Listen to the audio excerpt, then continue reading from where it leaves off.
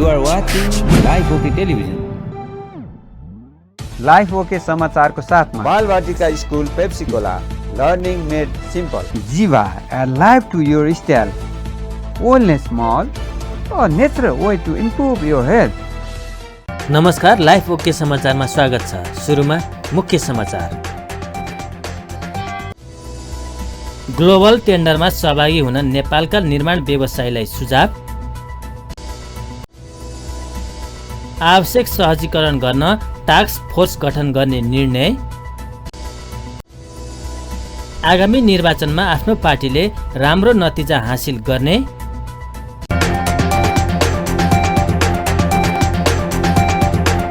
अब समाचार विस्तारमा। प्रधानमन्त्री शेरबहादुर देउवाले एमसीसी अन्तर्गत हुने पूर्वाधार निर्माणको ग्लोबल टेन्डरमा सहभागी हुन नेपालका निर्माण व्यवसायीलाई सुझाव दिनुभएको छ। शुक्रबार काठमाडौँमा नेपाल निर्माण व्यवसायी महासंघको 23औं साधारण सभाको उद्घाटन गर्दै प्रधानमन्त्री देउवाले अमेरिकी कानून अनुसार अन्तर्राष्ट्रिय प्रतिस्पर्धा गराउनुपर्ने भएकाले एमसीसी अन्तर्गतका परियोजनामा नेपालका निर्माण व्यवसायीले पनि भाग लिनुपर्ने बताउनु भएको हो। उहाँले नेपाली निर्माण व्यवसायीले एमसीसी अन्तर्गतका आयोजना प्राप्त गर्न सके आफू पनि खुसी हुने जिकिर गर्नुभयो। त्यस्तै प्रधानमन्त्री देउवाले समयमा नै निर्माण सम्पन्न हुन नसकेका समस्यालाई समाधान गर्नुपर्ने धारणा राख्नुभयो। उहाँले निर्माण व्यवसायीलाई सहुलियतका लागि सरकारले सार्वजनिक खरिद लगायतका नियमावली संशोधन लगायतका विषयमा सरकार लचिलो रहेको उल्लेख गर्नुभयो। मुलुकलाई समृद्धि बनाउनका लागि सरकारसँगै निजी क्षेत्रको सहकार्य एवं समन्वय अपरिहार्य रहेको उहाँको भनाइ छ। निर्माण व्यवसायको व्यवस्थित विकासका लागि सरकार प्रतिबद्ध छ। मुलुकमा कृषिपछि सबैभन्दा बढी रोजगारीको अवसर सृजना गर्ने निर्माण क्षेत्रको स्वच्छ र प्रतिस्पर्धी विकासबाट मुलुकको द्रुत आर्थिक विकास सम्भव हुने हुन्छ। यस कुरालाई मध्यनजर गरी यस क्षेत्रमा देखिएका समस्याहरूको नीतिगत, कानुनी र प्रक्रियागत रूपमा सहजीकरण गर्न सरकार सकारात्मक छ। भौतिक पूर्वाधारको विकास बिना मुलुकको समग्र विकास सम्भव छैन। भौतिक पूर्वाधार विकास निर्माण व्यवसायीबाट मात्र सम्भव छ। नेपालको निर्माण उद्योगलाई अझ बढी व्यावसायिक तथा प्रतिस्पर्धी बनाई अन्तर्राष्ट्रिय स्तरको बनाउन निर्माण व्यवसायहरूसँग सहकार्य गर्दै अघि बढ्न सरकार तयार रहेको बेहोरा पनि अवगत गराउन चाहन्छु। अहिलेको अवस्थामा निर्माण व्यवसायको पेसागत विशिष्टीकरण गर्दै नेपाली निर्माण व्यवसायलाई अन्तर्राष्ट्रिय स्तरमा पुर्याउन हामी सबै मिलेर कार्य गर्न जरुरी छ। निर्माण उद्योगको स्वस्थ र तीव्र वृद्धिका योजना हामी सबै उच्च प्राथमिकता राखेर काम गर्नु आवश्यकता छ। यस सन्दर्भमा यो महासङ्घले निर्माण क्षेत्रमा व्यवसाय क्षेत्रमा स्वच्छ प्रतिस्पर्धा प्रबन्धन गर्दै मुलुकभित्र दिगो विकासलाई सहयोग पुग्ने गरी लागत किफायती गुणस्तर निर्माणलाई सुनिश्चित गर्न एउटा सकारात्मक भूमिका निर्वाह गर्नुपर्ने पर्छ भन्नेमा लागेको छ। पूर्वाधार लगायतका निर्माण क्षेत्रमा गरिने खर्चलाई दीर्घकालीन रूपमा अनुमोदन गराउनका लागि अनुमान योग्य बनाउनलाई साथै बजेटलाई पनि समय सापेक्ष रूपमा वृद्धि गर्दै लैजानुपर्ने आवश्यकता छ। निर्माण व्यवसायीहरूको मौजुद क्षमताले मुलुकको विकास योजना मात्रै सबै सपना पुरा होस्। सबै सपना पुरा गर्न सम्भव नदेखियो भने बदलिँदो विश्व प्रवृत्तिसँगै व्यवसायीको क्षमता र गुणस्तर अभिवृद्धि, आधुनिकीकरण, यान्त्रिकीकरणका लागि जोड दिनुपर्ने स्थिति छ। यो व्यवसायमा पूर्ण प्रतिस्पर्धाको स्थिति सृजना गरी उचित मूल्यमा गुणस्तरीय र आधुनिक। कार्यक्रममा गृहमन्त्री बालकृष्ण खाँडले निर्माण व्यवसायीहरूको क्षमता अभिवृद्धि गर्न सरकार तयार रहेको भन्दै व्यवसायी मैत्री कानून निर्माण गरिएको जानकारी दिनुभयो। उहाँले निर्माण व्यवसायी देशका धरोहर भएको भन्दै कुनै पनि व्यवसायीलाई सुरक्षा दिने काम सरकारले गर्ने स्पष्ट पार्नुभयो। सबै निर्माणहरू उहाँहरूले नै आफ्नो मातहतमा राख्नु हुनेछ कि भन्ने आशंका भएको कारणले एउटा निर्माण व्यवसायीले अब तपाईहरू जति नै ठुलो निर्माण व्यवसायी भए तापनि अब हिजोको मितिबाट 5वटा भन्दा बढी ठेक्कामा तपाईहरुले बिडिङ गर्नै पाउनुहुन्न। त्यसकारणले अरु ठेक्कामा अरु साथीहरूले बिडिङ गर्छन् र उनीहरूले पनि आफ्नो क्षमताको वृद्धि गर्छन्। त्यो खालको चाहिँ नि हामीले सुनिश्चित गरेका छौँ। त्यसरी नै ब्याङ्कमा योभन्दा अगाडि ब्याङ्कसँग क्रेडिट लाइन गर्नुपर्ने, त्यसका बाबत तपाईँहरूले शुल्क तिर्नुपर्ने, अनि ब्याङ्कले फेरि एउटा फर्ममा तपाईँहरूलाई सही गराएर यो क्रेडिट लाइन लिएको बापत ब्याङ्कले चाहिँ नि कुनै पनि के अरे ऋण प्रवाहको सुनिश्चित गर्ने छैन भनेर राखिदिएको छ। हेर्नु, ब्याङ्कले चाहिँ लगानी चाहिँ नगर्ने, लगानीको सुनिश्चितता नगर्ने, तर क्रेडिट लाइन बापत केही कमिसन ब्याङ्कले चाहिँ नि लिने र निर्माण व्यवसायीलाई चाहिँ नि निर्माण क्रममा केही महँगाई बढ्ने अनि जनतामाथि त्यसको आर्थिक भार बढ्ने, त्यो खालको प्रावधानलाई हिजोको मितिबाट नै खारेज गरिएको छ। कृपा गरेर ब्याङ्कका साथीहरूले माफ गर्नुहोला, ब्याङ्कका सञ्चालक साथीहरूले, ब्याङ्कका चेयरम्यान साहबहरू पनि यहाँ भएको भएदेखि माफ गर्नुहोला। ब्याङ्कले पनि आर्थिक गतिविधि फैलाओस्, आर्थिक गतिविधिलाई तीव्र दियोस् र आफ्नो आयस्ता बढाओस् र ट्याक्स पनि तिरोस् भन्ने हाम्रो चाहना छ। तर क्रेडिट लाइनको नाममा निर्माण व्यवसायीसँग कमिसन लिने काम नगरोस् भनेर सरकारले त्यसलाई चाहिँ नि त्यो प्रबन्धलाई खारेज गरिदिएको छ। यसले अवश्य पनि तपाईँहरूलाई केही न केही लाभ हुने नै छ।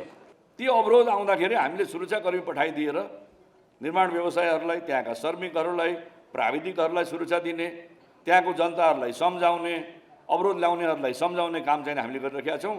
त्यस कारणले निर्माण व्यवसायीहरू मुलुकका चाहिँ नि धरोहर हुन्। तपाईँहरूले देशकै लागि निर्माण गरिरहनु भएको छ, देशकै लागि तपाईँहरूले आम्दानी पनि गर्नुहोस्, आयस्ता पनि बढाउनुहोस्, सरकारलाई ट्याक्स पनि बढीभन्दा बढी तिर्नुहोस्, त्यो हाम्रो चाहिँ आग्रह। कार्यक्रममा व्यवसायीहरूले राज्यले आफूहरूको समस्यामा गम्भीरता नदेखाएको गुनासो गरेका थिए। सरकारले बन्चरे डाँडो ल्यान्डफिल साइटमा देखिएको समस्या समाधानका लागि सहज गर्नका लागि र्यापिड एक्सन टास्क फोर्स गठन गर्ने निर्णय गरेको छ। मन्त्री परिषदका निर्णय सार्वजनिक गर्न शुक्रबार सिंहदरबारमा आयोजित पत्रकार सम्मेलनमा सरकारका प्रवक्ता ज्ञानेन्द्र बहादुर कार्कीले फोहोर व्यवस्थापन र साइट सञ्चालन गर्दा मानव जीवन, पशुपन्छी, जीव जन्तु, वनस्पतिमा पर्ने प्रभाव न्यूनीकरण गर्न आवश्यक सबै उपाय अवलम्बन गरी आवश्यक सडक निर्माण र स्तरोन्नतिका लागि सम्बन्धित निकायलाई निर्देशन दिएको भन्दै यस सम्बन्धी कार्यमा आवश्यक सहजीकरण गर्न टास्क फोर्स गठन गर्ने निर्णय भएको जानकारी दिनुभयो। त्यस्तै मन्त्री परिषदले फोहोर मैला सम्बन्धी कानूनको मस्यौदा तयार गर्न सहमति प्रदान गरेको छ भने नेपाल आयल निगमको रिक्त कार्यकारी निर्देशकमा उमेश प्रसाद थानीलाई नियुक्ति गर्ने निर्णय पनि गरेको छ। त्यस्तै पत्रकार दुर्घटना बिमा निर्देशिका स्वीकृत गर्ने, वन्य जन्तु मैत्री पूर्वाधार निर्माण निर्देशिका स्वीकृत गर्ने र औद्योगिक व्यवसाय नियमावली स्वीकृत गर्ने तथा सार्वजनिक खरिद 11औं संशोधन पनि स्वीकृत गर्ने निर्णय भएको प्रवक्ता कार्कीले जानकारी दिनुभयो। त्यस्तै उहाँले श्रम मन्त्री कृष्ण कुमार श्रेष्ठ नेतृत्वको प्रतिनिधि मण्डललाई संयुक्त अरब इमिरेट्स, सेल्सोस र कतारको भ्रमण गर्न स्वीकृत दिने निर्णय पनि भएको बताउनुभयो। ल्यान्डफिल साइटमा देखिएका स्थानीय समस्या समाधान गर्ने सन्दर्भमा विगतमा भएका प्रतिबद्धताहरू कार्यान्वयन गर्न नेपाल सरकार प्रतिबद्ध प्रक्रियाशील रहेको, बन्चरे डाँडा ल्यान्डफिल साइटमा फोहोर व्यवस्थापन तथा साइट सञ्चालन गर्दा त्यसबाट हुने वातावरणीय प्रभावको मूल्याङ्कनको आधारमा मानव जीवन, पशुपन्छी, जीव जन्तु, वनस्पतिमा पर्ने प्रभाव न्यूनीकरण गर्न आवश्यक सबै उपाय अवलम्बन गर्दै फोहोरको वैज्ञानिक व्यवस्थापनका लागि सम्बन्धित निकायबाट अविलम्ब आवश्यक कार्य प्रारम्भ गर्न र पहुँच सडकको निर्माण तथा स्तर उन्नति गर्न सम्बद्ध निकायलाई निर्देशन गरिएको। यस सम्बन्धी कार्यमा आवश्यक सहजीकरण र समन्वय गर्न स्थानीय जनप्रतिनिधिहरू समेत रहेको एक उच्च स्तरीय समिति र तत्काल आइपर्ने समस्या समाधानका लागि सरकारवालाहरू समेत सहभागी एउटा र्यापिड एक्सन टास्क फोर्स गठन गर्ने निर्णय समेत भएको। राष्ट्रिय वाणिज्य बैंक लिमिटेडको स्वामित्वमा रहेको सुर्खेत जिल्लामा रहेको क्षेत्रफल 9 कट्ठा 8 धुर जग्गा नेपाल राष्ट्र बैंकलाई बिक्री गर्न स्वीकृति प्रदान गर्ने, नेपाल आयल निगमको रिक्त कार्यकारी निर्देशक पदमा श्री उमेश प्रसाद थानी सुर्खेतलाई नियुक्त गर्ने, संयुक्त राज्य अमेरिकाको न्युयोर्क स्थित संयुक्त राष्ट्रको मुख्यालय 2022 मार्च 7 देखि 18 सम्म सञ्चालन हुने United Nations Convention on the Law of the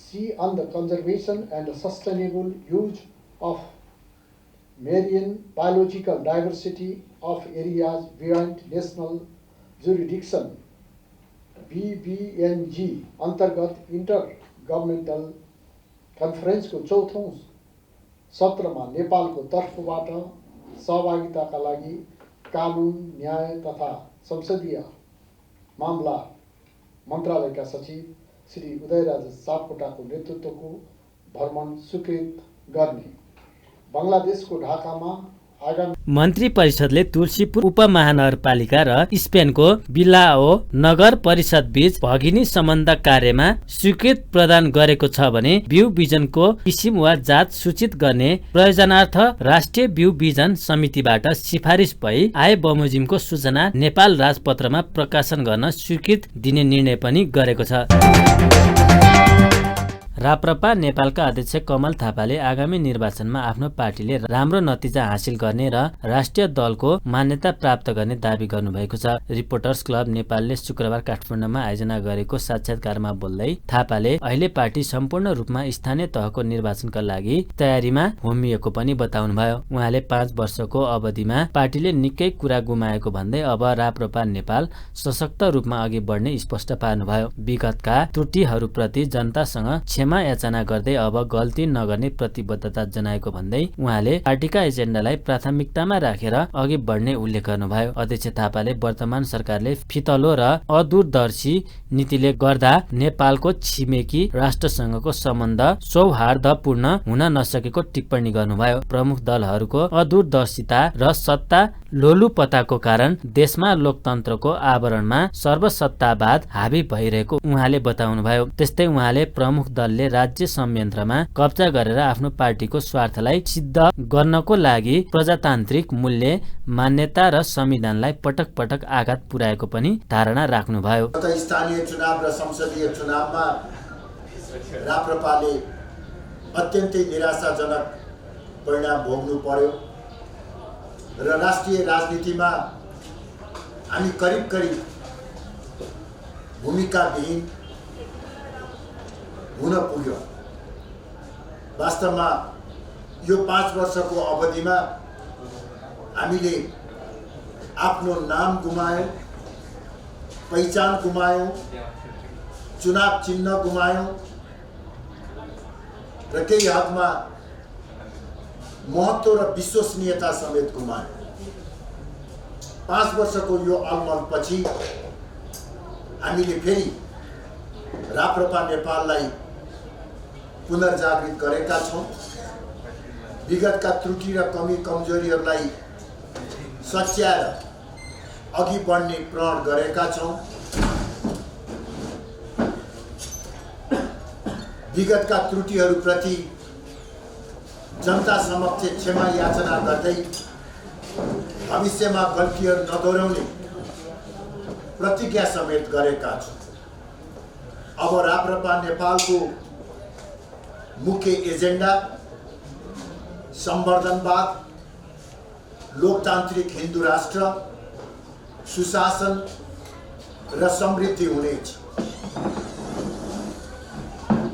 राष्ट्रियतालाई सर्वोपरि साध्य र समावेशी प्रजातन्त्रलाई हामीले अपरिहार्य आधारको रूपमा आत्मसात गरेका छौँ र साथसाथै खास गरी भारत र चीन दुवैसँग नेपालको सम्बन्ध चिसिँदै जान लागेको। थापाले धर्मनिरपेक्षताको आडमा संगठित र योजनाबद्ध रूपमा धर्म परिवर्तन भइरहेको पनि आरोप लगाउनुभयो। राप्रपा नेपालले महिला, आदिवासी, जनजाति, थारू, अल्पसंख्यक समुदायको हितलाई उच्च प्राथमिकतामा राखेको पनि उहाँले बताउनुभयो। विभिन्न दलका नेताहरूले स्थानीय तहको निर्वाचनमा खर्च गर्न पाउने अधिकतम सीमा विषयमा निर्वाचन आयोगसँग प्रश्न उठाएका छन्। निर्वाचन आयोगले स्थानीय तह निर्वाचनको तयारीका बारेमा शुक्रबार गरेको छलफलका क्रममा उनीहरूले निर्वाचनका क्रममा हुने खर्चको सीमा बढाउनु पर्ने र खर्चको नियमनका विषयमा प्रश्न गरेका हुन्। त्यस्तै साना दलहरूका प्रतिनिधिहरूले निर्वाचनका लागि माग गरिएको चुनाव चिन्ह पाउनुपर्ने बताएका थिए। साथै उनीहरूले निर्वाचन आचार संहिता कडाइका साथ पालना गर्नुपर्ने सुझाव दिएको आयोगका प्रवक्ता शालिग्राम शर्मा पौडेलले जानकारी दिनुभयो। त्यस्तै राष्ट्रिय मान्यता प्राप्त दल बाहेक 73 दलले आफूले प्रस्ताव गरेको चुनाव चिन्ह पाउनुपर्ने माग गरेको र कानूनमा भएको व्यवस्था अनुसार नै अघि बढ्ने जानकारी गराएको उहाँले बताउनुभयो। निर्वाचनलाई मितिव्ययी बनाउनका लागि चुनाव खर्च खटाउने प्रस्ताव गरेको र दलहरूको सकारात्मक सुझाव प्राप्त भएको पौडेलले बताउनुभयो। दलका प्रतिनिधिहरूको अब उहाँहरूको कन्सर्न अत्यन्तै सकारात्मक छ र आयोगले जारी गर्ने आचार संहिता पूर्ण कार्यान्वयन होस्।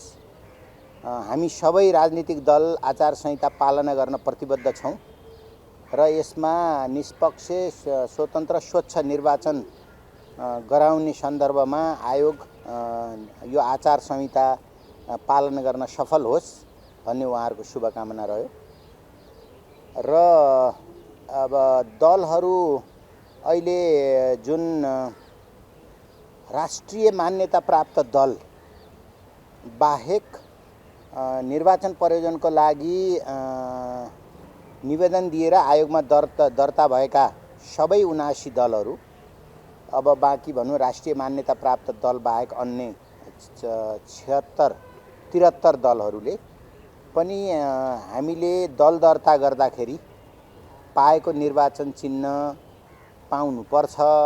यसमा आयोगले सहयोग गरोस् भन्ने उहाँहरूको धारणा रह्यो। आयोगले योभन्दा अगाडि निर्धारण गरेको खर्चको सीमालाई नै यसपाला पनि त्यसलाई इन्डोर्स गरेको छ। केही निर्वाचनमा अझ घटाएको छ।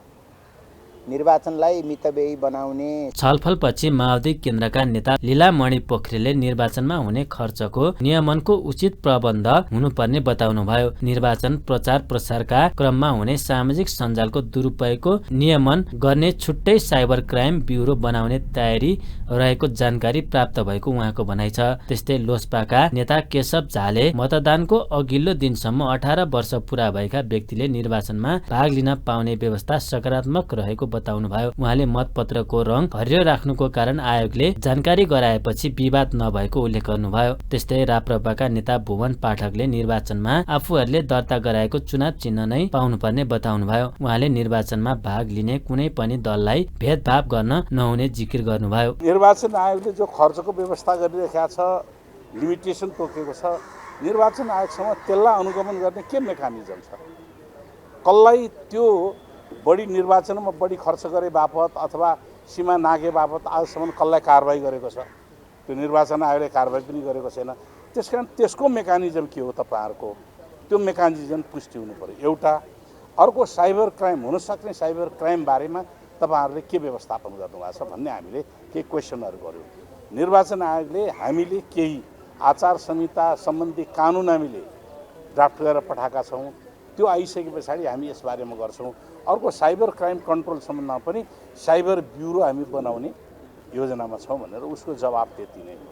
निर्वाचन आयोगले खास गरेर अहिलेसम्म स्थानीय निर्वाचनलाई लक्षित गरेर के तयारी भएको अवस्था छ भन्ने कुराको बारेमा हामीलाई जानकारी दिएको स्थिति छ।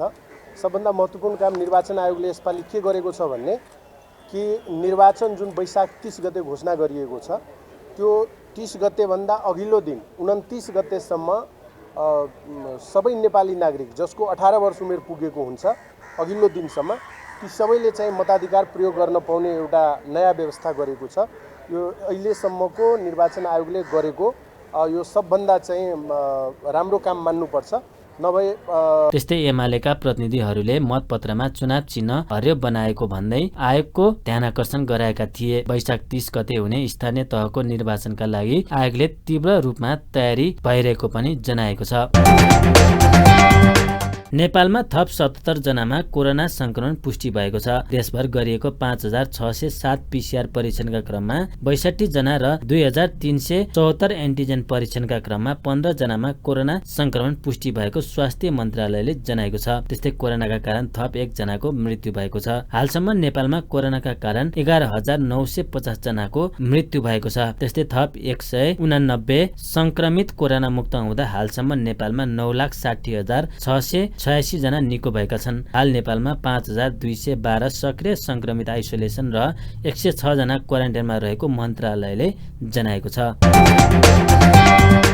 महिला बालबालिका तथा समाज कल्याण मन्त्री उमा रेग्मीले जलवायु परिवर्तनका असरका बारे विश्वको ध्यानाकर्षण गराउन काला पत्थर पुगेर फर्किएका महिलाको समूहलाई स्वागत गर्नुभएको छ। शुक्रबार त्रिभुवन विमानस्थल पुगेर मन्त्री रेग्मीले काठमाडौँदेखि 13 दिने पदयात्रा सुरु गरी काला पत्थर पुगेर फर्किएका समाजका विभिन्न क्षेत्रका प्रतिष्ठित 40 जना महिलाको समूहलाई स्वागत गर्नुभएको हो। सो क्रममा मन्त्री रेग्मीले जलवायु परिवर्तनले पारेको असरका बारेमा विश्वलाई सन्देश दिनु सकारात्मक विषय भएको बताउनुभयो। जलवायु परिवर्तनले महिलालाई पारेको असरबारे गराइएको ध्यानाकर्षण प्रति उहाँले आभार व्यक्त गर्नुभयो। मन्त्री रेग्मीले जलवायु परिवर्तनले निकै असर पारेको भन्दै सबै सचेत हुनुपर्ने धारणा राख्नुभयो। साथै भन्ने संस्थाको आयोजनामा महिलाहरू, साहसी महिलाहरू जो काला पत्थरसम्म पुग्नुभयो, हिँडेरै लुक्लाबाट हिँडेरै काला पत्थर पुग्नुभयो र यो अहिले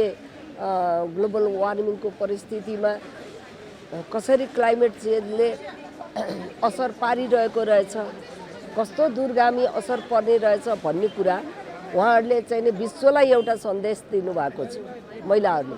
र महिलाहरूलाई पनि धन्यवाद, महिलाहरूलाई पनि क्लाइमेट चेन्जले कस्तो असर चाहिँ पारेको छ भन्ने कुरा पनि विश्वलाई एउटा सन्देश दिनुभएको छ। म सर्वप्रथम त उहाँहरूलाई धेरै धेरै धन्यवाद दिन चाहन्छु साहसको लागि। उहाँहरूले साहस गरेर त्यहाँ गएर एउटा सन्देशमूलक किसिमले यो 112औं अन्तर्राष्ट्रिय महिला दिवसको अवसरमा जुन किसिमको एउटा विश्वलाई सन्देश दिने किसिमले काम गर्नुभयो, त्यसको लागि जाने सबै टोली नेतादेखि सबैलाई चाहिँ हार्दिक हार्दिक धन्यवाद दिन चाहन्छु। र वास्तवमा हामी सचेत हुनै पर्छ। यसले हामीले वास्ता गरेका छैनौँ। क्लाइमेट चेन्जले हामीलाई कति अप्ठ्यारो परिस्थितिमा पार्दै लिएर आएको छ। यो त्यस्तै साथसाथैका अध्यक्ष प्रतिजा कार्कीले विभिन्न क्षेत्रका 40 जना महिलाको समूहले जलवायु परिवर्तनका असरबारे विश्वको ध्यानाकर्षण गराउन घोषणा पत्र जारी गरेको र काला पत्थरमा नै महिला दिवस मनाउन सफल भएको जानकारी दिनुभयो। यो EBC ट्रेक चाहिँ हामी 40 जना महिलाहरू सहभागी हुनुहुन्थ्यो। विभिन्न विधामा काम गर्ने विभिन्न प्रोफेसनल सेक्टरको वुमेनहरू, डिफ्रेन्ट एज ग्रुपको वुमेनहरू हामी सँगै गएर पहिला चाहिँ हामीले चाहिँ विश्वकै सर्वोच्च शिखर सगरमाथाको बेस क्याम्प पुग्न सफल भयौँ। त्यसपछि चाहिँ हामीले काला पत्थरमा इन्टरनेसनल वुमेन्स डे सेलिब्रेट गऱ्यौँ। त्यो चाहिँ 8 मार्चमा थियो। त्यो पनि एउटा सफल कार्यक्रम भयो त्यत्रो हाइटमा। र यो ट्रेकबाट चाहिँ हामीले सबैभन्दा पहिला 20 वर्षदेखि 62 इयर्ससम्मको वुमेनहरू हाम्रो पार्टिसिपेन्ट्स हुनुहुन्थ्यो।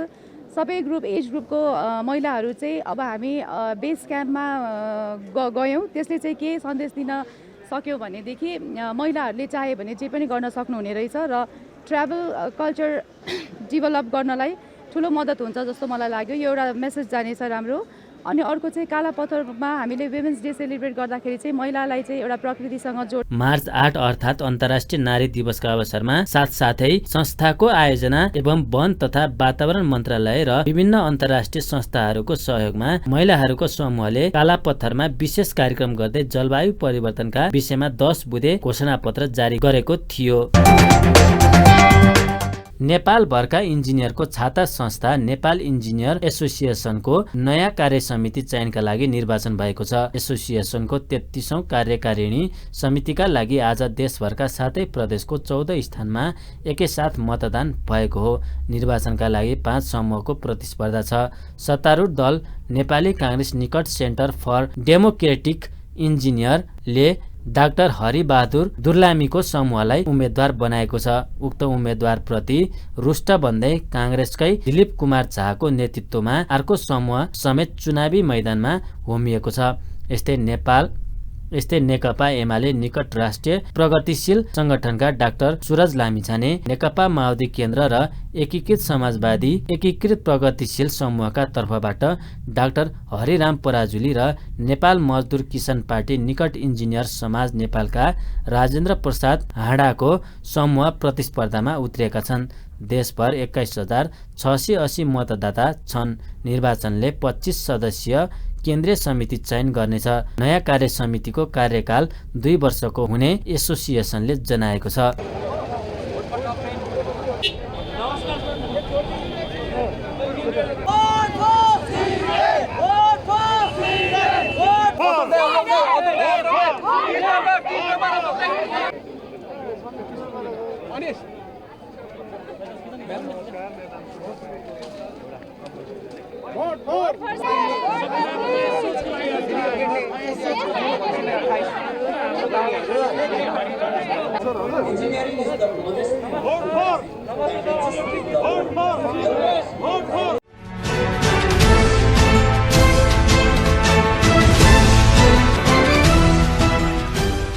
सुन चाँदीको भाउ फेरि वृद्धि भएको छ। सुन तोलामा 600 रुपियाँले बढेको नेपाल सुनचाँदी व्यवसायी महासंघले जनाएको छ।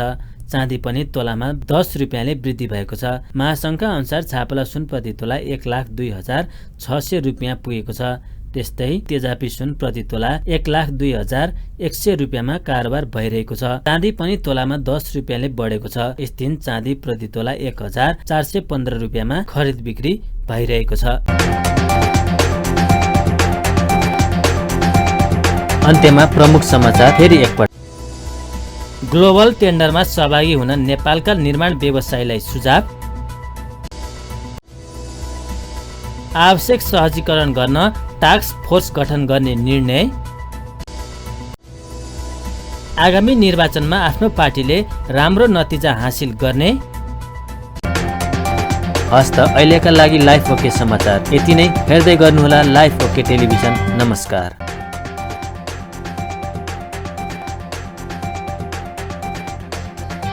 लाइफ ओके समाचारको साथमा Balvatika school Pepsicola, learning made simple. Jiva, a life to your style. Wellness Mall, a natural way to improve your health.